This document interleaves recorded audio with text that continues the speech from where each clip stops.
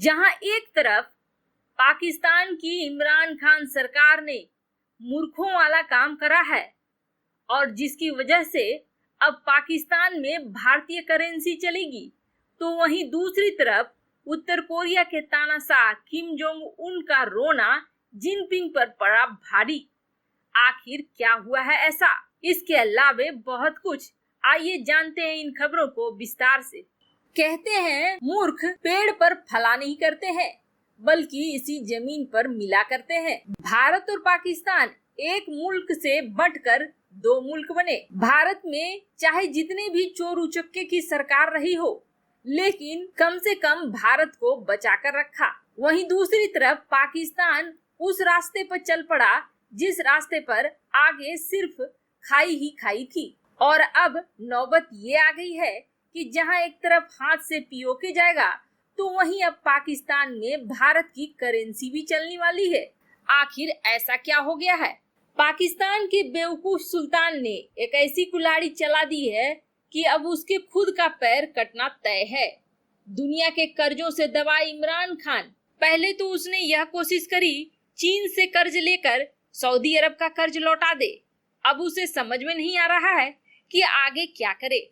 ऐसे में उसे लग रहा है कि ज्यादा नोट छापने से उसका सारा कर्जा उतर जाएगा, उसके देश में खुशहाली आ जाएगी। लेकिन हकीकत तो ये है कि उसकी इस हरकत से जिन्ना वाला नोट चलन के लायक भी नहीं बचेगा। कठपुतली सुल्तान इमरान खान ने पाकिस्तान की ऐसी हालत बना दी है कि हो सकता है कि जिन्ना वाले पाकिस्तानी नोट की जगह अब गांधी जी वाले हिंदुस्तानी नोट को चलाना पड़े। पाकिस्तान के पास अब दो ही ऑप्शन है, या तो गांधी जी वाली हमारी करेंसी अपना ले या फिर अपने आका जिनपिंग से चाइनीज करेंसी कबूल कर ले। पहले से महंगाई की मार झेल रहे जिन्ना के देश में हालत और भी खतरनाक होने वाली है। अब इमरान खान के पास कोई चारा नहीं बचा है। ऐसे में मोदी कंगाल खान की मदद कर सकते हैं अगर मोदी की शरण में आ जाए तो। पाकिस्तान में अब जिन्ना छाप करेंसी के ना तो आटा चावल मिलेगा और ना ही दवाइयाँ मिलेगी और ना ही गाड़ी में भरने के लिए डीजल पेट्रोल ही मिलेगा।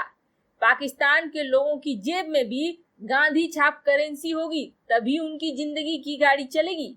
बात दरअसल यह है कि एक रिपोर्ट में यह दावा किया गया है कि कर्ज के बोझ तले दबे पाकिस्तानी सरकार ने एक नया तरीका निकाला है अपनी जरूरतों को पूरा करने के लिए, और इसके लिए पाकिस्तानी सरकार बड़े धड़ल्ले से नोटों की छपाई कर रही है। कहा जा रहा है कि एक वित्तीय साल में करीब 1.1 ट्रिलियन नोटों की संख्या बढ़ गई है। एक तरफ जहां दुनिया डिजिटल ट्रांजैक्शन का बढ़ावा दे रही है, तो ऐसे समय में पाकिस्तान धड़ल्ले से नोटों की छपाई कर रहा है। पहले से ही कर्जे में डूबा इमरान खान को अब कोई कर्ज देने के लिए तैयार नहीं है और ना ही वह किसी का उधार चुका पा रहा है। जनता अलग भूखों मरने के कगार पर है।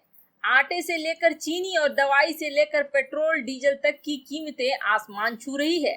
हर तरफ के दरवाजे बंद हो जाने के बाद बेवकूफ सुल्तान ने नोट छापने की मशीन का सहारा ले लिया है, और वो भी बिना यह सोचे कि इसका नतीजा क्या होने वाला है।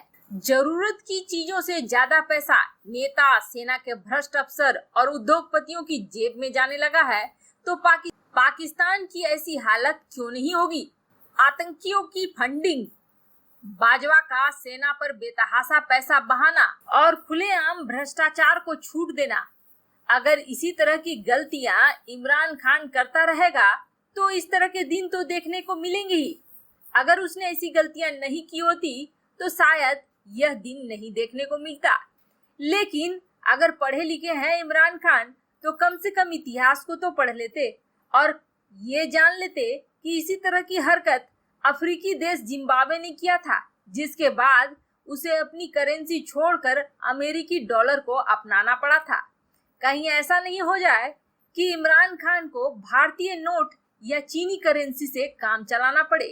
कुछ साल पहले जिम्बाब्वे ने जब ऐसा किया था तो उसका नतीजा यह हुआ था कि वहां के पैसे की वैल्यू लगातार गिरती चली गई थी। लोगों को ब्रेड और अंडे जैसी बेसिक चीजें खरीदने के लिए बैग भर भर कर पैसे ले जाने पड़े थे, और नौबत यह हो गई थी कि एक अमेरिकी डॉलर की कीमत 25 मिलियन जिम्बाब्वे डॉलर के बराबर हो गई थी। वहीं दूसरी तरफ उत्तर कोरिया के तानाशाह किम जोंग रो पड़े और अब उनका रोना चीन को पड़ने वाला है बहुत भारी। कैसे और क्यों आखिर किम जोंग रो पड़े?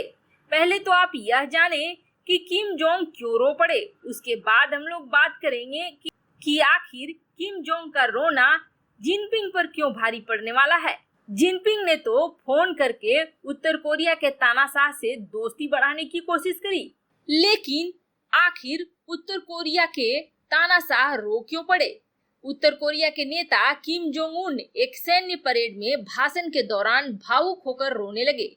इस मौके पर उसने सैनिकों के बलिदान को धन्यवाद दिया और देशवासियों के जीवन को बेहतर बनाने में विफल रहने पर नागरिकों से माफी मांगी। अपनी सत्तारूढ़ वर्कर्स पार्टी की स्थापना के 75वीं वर्षगांठ के दौरान किम ने हाल ही में तूफानों का जवाब नहीं दे पाने और देश में बुरे हालात के लिए अपने आप को जिम्मेदार माना और अपने देशवासियों से माफी मांगी। जो वीडियो फुटेज जारी किए गए हैं उसमें किम आंसू से भरे हुए दिखाई दिए और उन्होंने कहा कि मेरे प्रयास और ईमानदारी हमारे जीवन में कठिनाइयों से हमारे लोगों को छुटकारा पाने के लिए काफी नहीं है।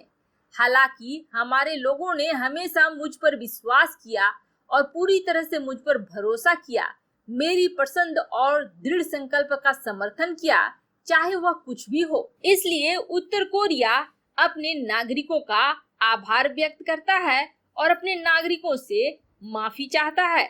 अब किम का यह रोना जिनपिंग को क्यों भारी पड़ रहा है, तो आप जान लीजिए। जिनपिंग ने यह सोचकर फोन मिलाया था कि तानाशाह को वापस अपने पाले में खींच लेगा, लेकिन ऐसा हो नहीं रहा है।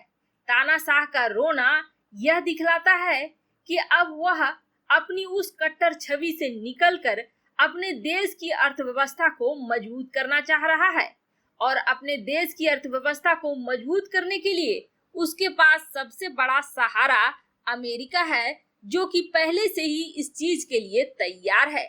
ऐसे में तानाशाह का रुख अमेरिका की तरफ होगा, न कि चीन की तरफ। चीन के सपने बड़ी ही जोरदार ढंग से टूटने वाले हैं। वैसे आपको क्या लगता है, क्या पाकिस्तान ज्यादा से ज्यादा नोट छापकर अपनी स्थिति को सुधार सकता है? कमेंट कर अपनी राय जरूर बताएं। जल्द मिलते हैं अगले वीडियो में नई न्यूज के साथ।